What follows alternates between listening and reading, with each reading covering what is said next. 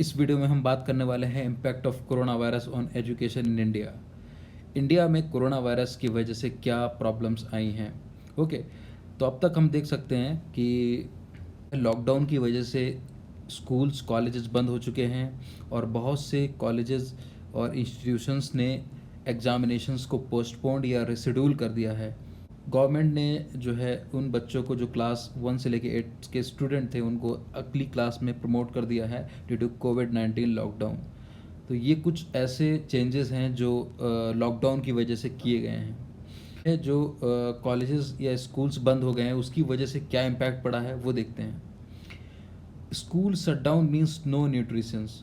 मैं बात कर रहा हूँ उन स्कूल्स की जो गवर्नमेंट स्कूल्स हैं जहाँ पे अंडर प्रिविलेज बच्चे पढ़ते हैं और मिड डे मील जो है वो उनको मिलता है वहाँ पे। तो लगभग 12 करोड़ स्टूडेंट ऐसे हैं जो अब लॉकडाउन की वजह से जो है उन्हें मिड डे मील भी नहीं मिल पा रहा है और उनकी जो वहाँ पे उनको एजुकेशन मिलती थी वो भी बिल्कुल शट डाउन हो गई है। तो ये सबसे बड़ा इम्पैक्ट है लॉकडाउन का।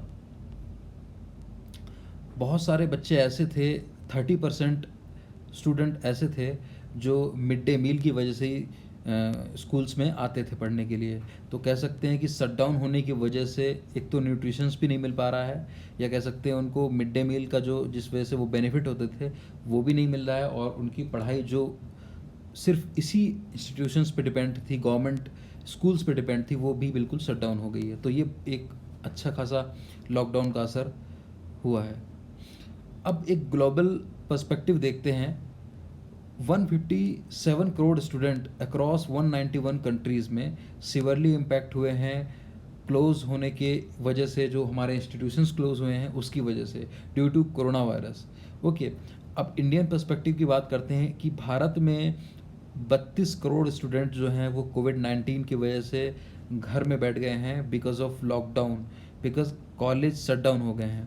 ओके, सो इसी तरीके की रिपोर्ट यूनिसेफ ने भी दी है कि इसमें 1.57 बिलियन स्टूडेंट जो हैं वो कोरोना वायरस की वजह से जो है इफ़ेक्ट हुए हैं।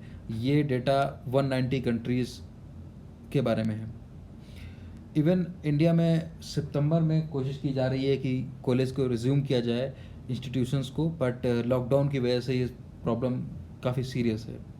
अब लॉकडाउन की वजह से जो स्टडीज़ नहीं हो पा रही हैं ऑफलाइन, उसका कोई अल्टरनेटिव क्या हो सकता है? उसका अल्टरनेटिव हो सकता है ऑनलाइन लर्निंग या ई लर्निंग। ओके, सो ई लर्निंग के बारे में बात करते हैं। What is e learning? E learning electronics technology का यूज़ करके एजुकेशनल रिसोर्सेज को एक्सेस करना। मतलब कि घर बैठे ही आप ऑनलाइन लर्निंग करके एजुकेशन ले सकते हैं थ्रू ऑनलाइन लेक्चर्स। ओके, सो अब इसके बारे में कुछ चीज़ें हैं कि जैसे चैलेंजेस हैं हमारे पास ऑनलाइन लर्निंग में, कि ऑनलाइन लर्निंग ले तो सकते हैं बट क्या चीज़ सबसे ज़्यादा हमारे लिए हर्डल है। तो सबसे बड़ा चैलेंज क्या है कि लिमिटेड इंटरनेट अवेलेबिलिटी, कि हमारे पास जो इंटरनेट अवेलेबिलिटी है वो हर जगह अवेलेबल नहीं है। तो ये सबसे बड़ी हमारी लिमिटेशंस हो गई है, और बहुत सारे पेरेंट्स ऐसे हैं जो कि उतने कैपेबल नहीं हैं कि वो इंटरनेट एक्सेस को अवेलेबल करा सकें।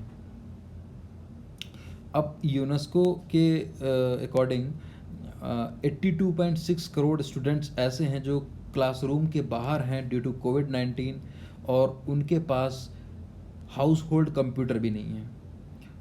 और एक आंकड़ा ये भी कहता है कि 70.6 करोड़ ऐसे लोग हैं जिनके घर में इंटरनेट एक्सेस नहीं है। और हम जहाँ पे ई लर्निंग की बात कर रहे हैं तो हम ये सोच सकते हैं कि बहुत सारे स्टूडेंट्स जो ऐसे हैं जो भी इंटरनेट एक्सेस नहीं कर सकते, they are not capable of accessing internet. तो ये हर्डल्स हैं हमारे पास कुछ। लिमिटेड इंटरनेट अवेलेबिलिटी की हम बात कर चुके हैं। यहाँ पे एक क्वेश्चन ये उठता है कि अगर यूनिवर्सिटीज़ प्लान करने लगे ऑनलाइन एग्ज़ाम्स के लिए, तो आधे स्टूडेंट्स, अगर यूपी और बिहार की बात की जाए, उत्तर प्रदेश और बिहार की बात की जाए, तो वो आधे बच्चे उसमें से फेल कर जाएंगे क्योंकि वो they are not able to connect, उनके पास बहुत अच्छी कनेक्टिविटी नहीं है। ओके, यही एक सबसे बड़ा जो गैप है ई लर्निंग का, वो सबसे बड़ा है अर्बन वर्सेस रूरल। इसमें क्या है कि स्टूडेंट जो दिल्ली या और अधिक दूसरी सिटीज़ के हैं जहाँ पे इंटरनेट कनेक्शंस बहुत अच्छे हैं, वो तो एक्सेस कर सकते हैं, बट जो गांव से बिलोंग करते हैं या छोटे शहरों से बिलोंग करते हैं, वहाँ पे इंटरनेट स्पीड नहीं आएगी, तो वो क्लासेस नहीं अटेंड कर सकते। अब बात आती है कि अगर मान लीजिए ई लर्निंग को हम यूज़ करते हैं एज ए एजुकेशन, तो उसमें कौन कौन से ऑप्शंस हैं। वीडियो कॉलिंग एक ऑप्शन हो सकता है, video calling through various other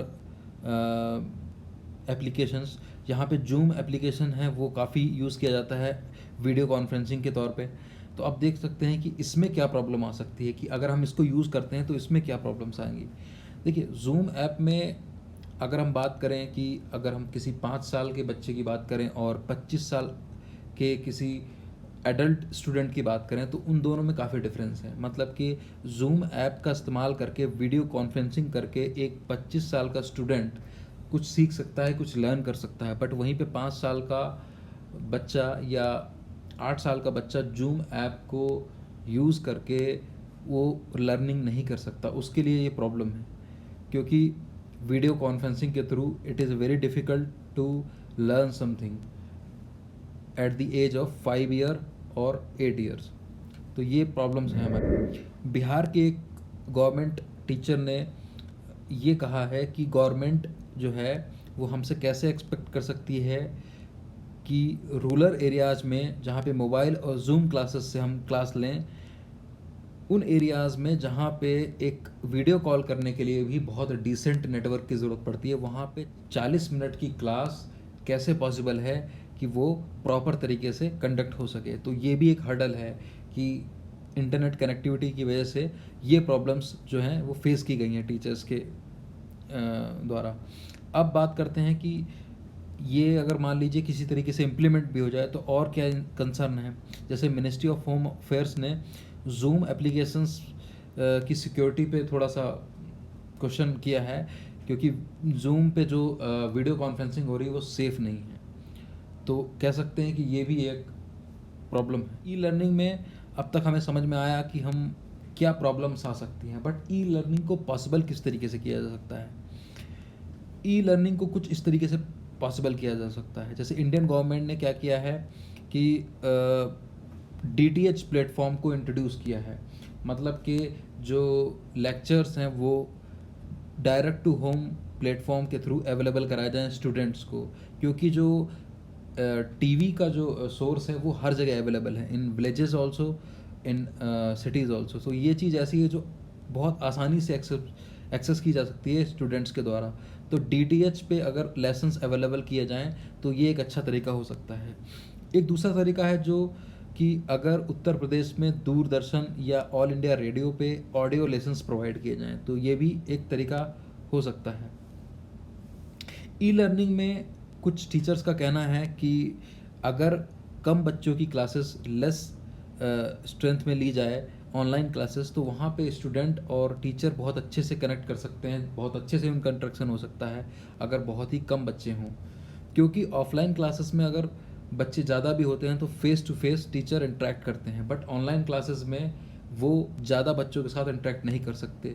तो ऑनलाइन क्लासेस बहुत ज़्यादा बेनिफिशियल या पॉसिबल हो सकती हैं अगर there are less number of student will be there. Okay, तो ये एक ई लर्निंग पॉसिबल हो सकती है इस तरीके से। और किन तरीके से पॉसिबल हो सकती है देख सकते हैं। जैसे दिल्ली गवर्नमेंट ने क्या किया है कि उन स्टूडेंट्स के लिए जो स्टूडेंट अनेबल हैं डेटा को एक्सेस करने में, उनको 10th और 12th के स्टूडेंट्स को डेटा प्रोवाइड कराया है और एक स्मार्ट ऐप डेवलप की है जिसके थ्रू वो लर्निंग लेसन्स को एक्सेस कर सकते हैं without misusing the data. Okay, मतलब इस चीज़ का भी ध्यान रखा गया है कि वो पर्टिकुलर ऐप जो है के थ्रू ही एक्सेस कर सकते हैं डेटा को, और वो लर्निंग करेंगे ताकि वो मिसयूज़ भी ना कर पाएँ और जो है उनकी लर्निंग भी हो जाए। तो ये भी एक अच्छा तरीका है ई लर्निंग का। अब अपार्ट फ्रॉम ई लर्निंग और क्या किया जा सकता है। वर्क फ्रॉम होम स्टडीज़, मतलब कि ये एक ऐसा तरीका है जिसमें पेरेंट्स अगर एजुकेटेड हैं इनफ, तो वो अपने बच्चे को, जो भी जिनके घरों में बच्चे 8 तक या 9 तक स्टैंडर्ड तक पढ़ रहे हैं, वहाँ पे वो पेरेंट्स अपने बच्चे को पढ़ा सकते हैं, एजुकेट कर सकते हैं एट होम। इनफैक्ट उनकी रिस्पॉन्सिबिलिटी बढ़ जाएगी, नो डाउट, बट ये एक तरीका हो सकता है घर पे पढ़ाने का। Okay, and also self study is one of the option, कि जो स्टूडेंट 10th और 12th में हैं वो घर पे ही 2-2 का ग्रुप बना के या 2 या 3 लोग मिल के आपस में जो लोग ग्रीन जोन में हैं स्पेशली, तो वो सेल्फ स्टडी कर सकते हैं। तो ये भी एक तरीका हो सकता है स्टडी करने का। वर्क फ्रॉम होम स्टडीज़ में एक चीज़ और आती है कि कुछ जैसे एनसीईआरटी ने एक होम बेस्ड एक्टिविटीज़ का एक कॉन्सेप्ट निकाला है, जिसमें उन्होंने छोटे बच्चों के लिए, जो बच्चे 1st, 2nd, 3rd, 4th class में हैं, इन बच्चों के लिए, ताकि वो छोटी छोटी चीज़ें समझ सकें, जैसे कि कलर का कॉन्सेप्ट क्या है, शेप क्या है, साइज़ क्या है, तो वो घर पे ही जो चीज़ें हैं उनसे कैटेगराइज करके चीज़ों को समझ सकें। तो इस तरीके से वो होम बेस्ड जो है एक्टिविटीज़ करके जो है वो लर्निंग कर सकते हैं। क्या ई लर्निंग से जब तक लॉकडाउन चल रहा है या फिर आगे जब तक लॉकडाउन चलेगा, क्या लगता है कि क्लासेस रिज्यूम हो पाएंगी कि नहीं, या अगर क्लासेस रिज्यूम हो सकती है तो क्या ऑप्शंस हो सकते हैं?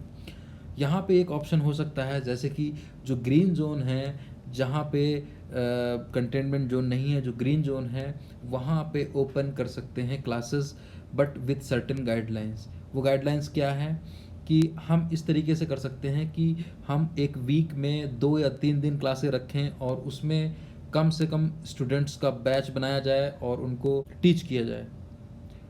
ओके, ऐसा करने से ये ज़रूरी नहीं है कि इस प्रॉब्लम का सॉल्यूशन हो जाएगा, बट एक चीज़ है कि जो लर्निंग गैप जो हो रहा है अब तक लॉकडाउन में, जिस तरीके से शटडाउन होने की वजह से जो गैप बनता जा रहा है, वो गैप ख़त्म हो जाएगा। मतलब कि वो गैप काफ़ी हद तक उस गैप को फुलफ़िल किया जा सकता है।